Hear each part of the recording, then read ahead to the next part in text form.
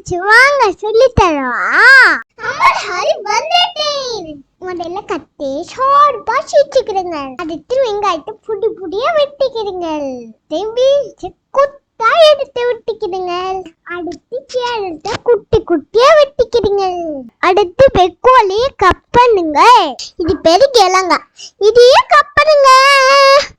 அடுத்து லெமன் காசு நாளா கட் பண்ணுங்க. அடுத்து தக்காளிய குட்டி குட்டியா நறுக்குங்க.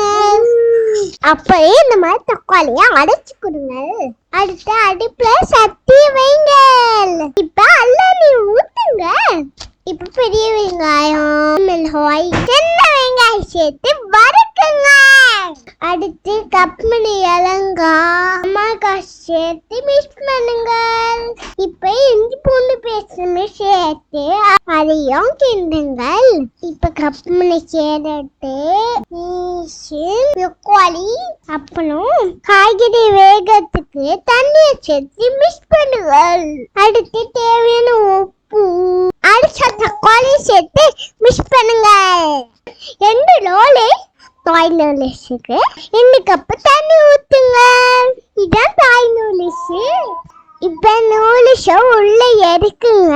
இந்த மாதிரி செட் பண்ணுங்க. இல்ல போற காய்கறிகளை கேட்டா கண்ணு கல்லற மீன் சாப்பிட்டா ஹார்ட் அட்டாக் வராது. பெக்கோலி சாப்பிட்டா நாங்க மாதிரியே இருக்கணும். நம்ம செய்யறத சமையல் எப்படி செய்யணும், அப்படி செய்யணும் அப்படின்னு ஃபார்முலால இல்ல சமையலுக்குனா. ஹையா சூப்பரான ஒரு செடி ஆயிட்டு இருக்கு. இப்ப பிப்பர தூங்குங்க.